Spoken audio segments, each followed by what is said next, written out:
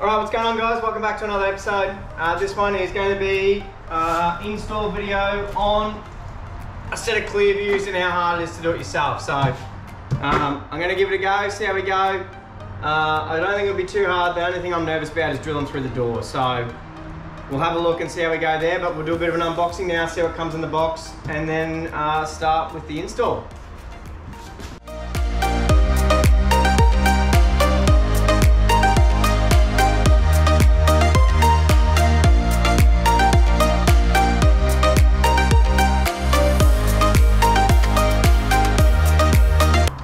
So there's just a little flat blade, normally does the job. Slip it up in there, pop it out.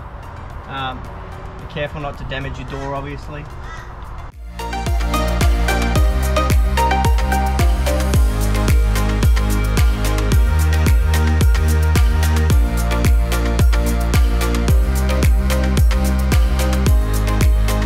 You don't want this black stuff to go everywhere, so you got to try and keep it away.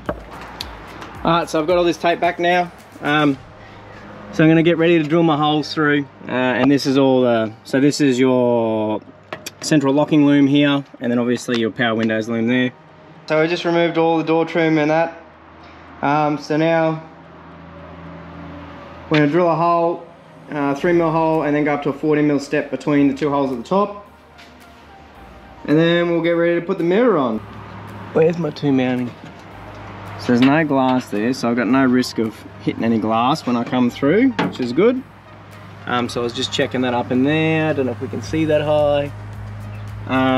So I'm probably going to put all this green stuff back across, and then I'll drill it and then open the door again. So yeah, I'll do that now. Alright, so I'll put some tape on to protect the car when I start drilling it, but what I've done to work out where I'm going to put my center hole is a bit of fishing line around the head, and I'm going to wrap it round a couple of times, and then where that center point is, I don't know if you can see it right there, that's sort of the center between the two screws. So what I'm going to do is it's hard to video this and do it at the same time with one hand, but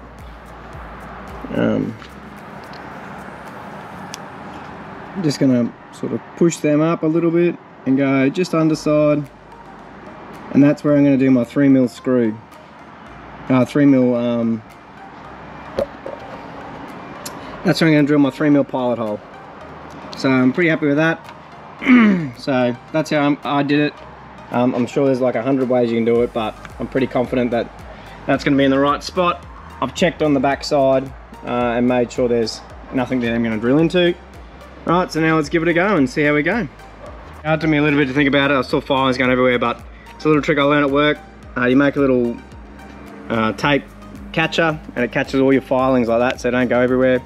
That's the 40mm drill hole drilled, so we'll peel our tape off now and clean the hole up a little bit if I need to, and then yeah, we'll stick the mirror on, hey? That's it. Pretty happy with how it turned out. It's not too bad. I'll have a look inside the door and see if I need to clean any filings up, but the hole's not too sharp either, so. Alright, let's stick this mirror on. So we've just done our dry run fit and the GXR badge is in the way, so I'm going to have to take it off. So we'll run through that now. I'm just going to use good old hairdryer and some fishing line, and hopefully it'll come straight off. But alright, so it's on. Looks good. I'm pretty happy with it. It was a pain in the ass to do this screw in here up, just so you're aware. Like I had to sort of fold the mirror back and then get in there, and I put a bit of tape on here to try and protect the mirror as best I could. But yeah, it fits up pretty nice. I don't know if I'm a fan of the foam they stick in behind it. I'll see how it goes. I may end up pulling it off, but it follows the contour of the door pretty nicely, considering that foam's tucked in behind it, and that's why it's sitting proud a little bit. So I don't know why they've done that, but we'll see. It looks pretty good for now. So I can't tighten these up anymore. That's as tight as I'll go. So that's not the problem there. But yeah, really happy with how it's turned out. That looks great. Like, give me heaps more vision down the side of the car. Obviously now I've got to go through and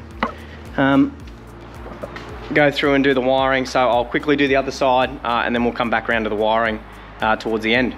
Just finished wiring in the looms for the lights, and I tell you what, it's been a long day. It is a pain in the ass. I don't know if it's worth doing it yourself or just paying someone to do it, but if you've got time and you can do it yourself, I've done a few other things while I've been here, so. But I'll see if I can shine it up so you can see where the loom comes in there. I've just run it down the sidewall there, mounted the control module just on the crossbar.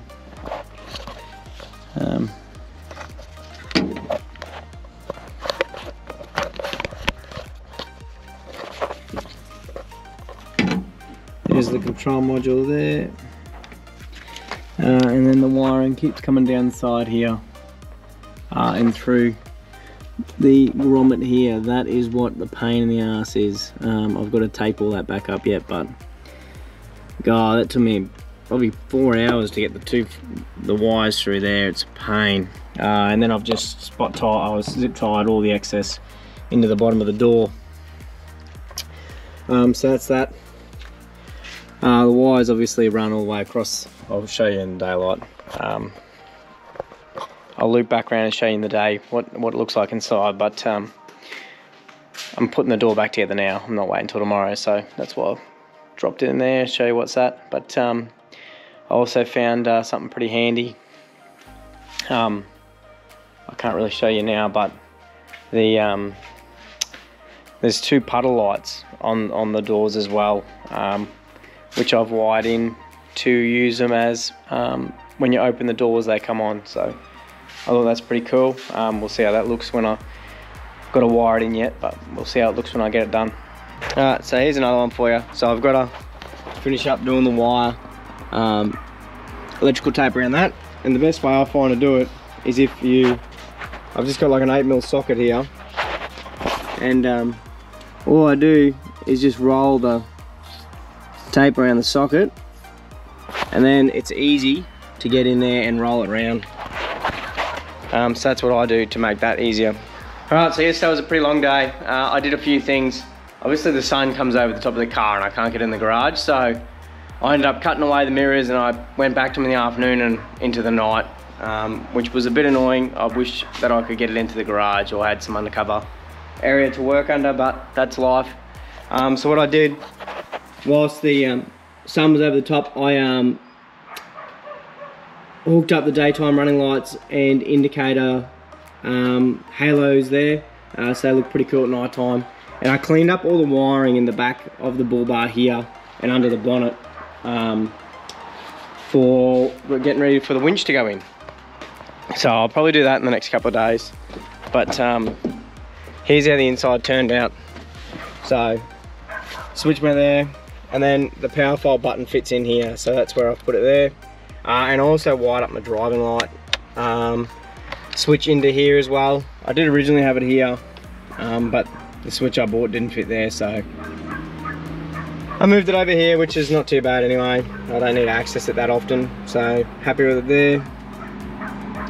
And it's better than the switch that comes with the big red gear. If you want to install Clearviews yourself, I put some time aside. Drilling through the door and that, the bit that I was worried about was the easy bit. It's always running the wires, it's the hard bit.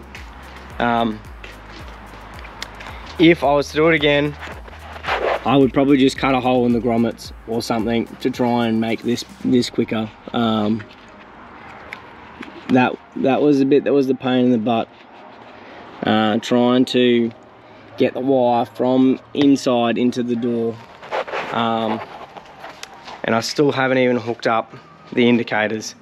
There is some daytime running lights which I'm just going to hook up to when you open the doors, so the white lights will come on when you open the doors, which I think will be good, but I'll get around to that another day. I just ran out of time yesterday and I'm not too sure how I'm going to do it, so I'll show you how I do that when I get around to it. But yeah, it's not a hard job, it's just a fiddly job and takes a lot of time. So if you want to give it a go, you can give it a go. Everything is pretty simple. The instructions aren't great, but it is easy to work out. There is 4 wires that come off the main harness. I should have showed you in the video. I might be able to circle them. But pretty much the orange one is for your clearance lights or the white puddle lights. The blue is for the indicator, and then the other 2 are earth on that loom before. So that was handy to know. There's nowhere that says that. I had to work that out myself as well, so it just took time. But yep, thanks for watching this one again, guys. If you did like it, make sure you hit the like and subscribe button, and we'll keep them coming. See you next time, guys. Have a good one.